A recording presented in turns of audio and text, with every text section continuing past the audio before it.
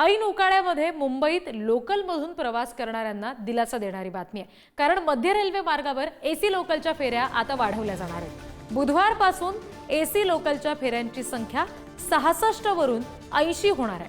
Badlapur CSMT AC लोकलच्या संख्येमध्ये वाढ करण्याचा निर्णय घेतलेला आहे। त्यामुळे आता मुंबईकरांना लोकलने सुद्धा गारेगार प्रवास करता येणार आहे।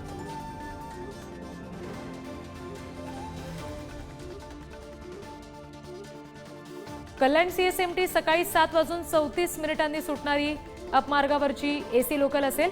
बदलापूर सीएसएमटी सकाळी 10:42 सुटणारी लोकल सुद्धा एसी असेल। ठाणे सीएसएमटी दुपारी 1:28 सुटणारी लोकल एसी लोकल असेल।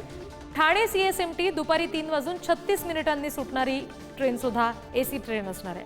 ठाणे सीएसएमटी संध्याकाळी 5:41 सुटणारी आणि ठाणे सीएसएमटी संध्याकाळी 7:49 सुटणारी ट्रेन सुद्धा एसी असेल। बदलापूर सीएसएमटी रात्री 11:04 सुद्धा एसी लोकल सोडली जाईल।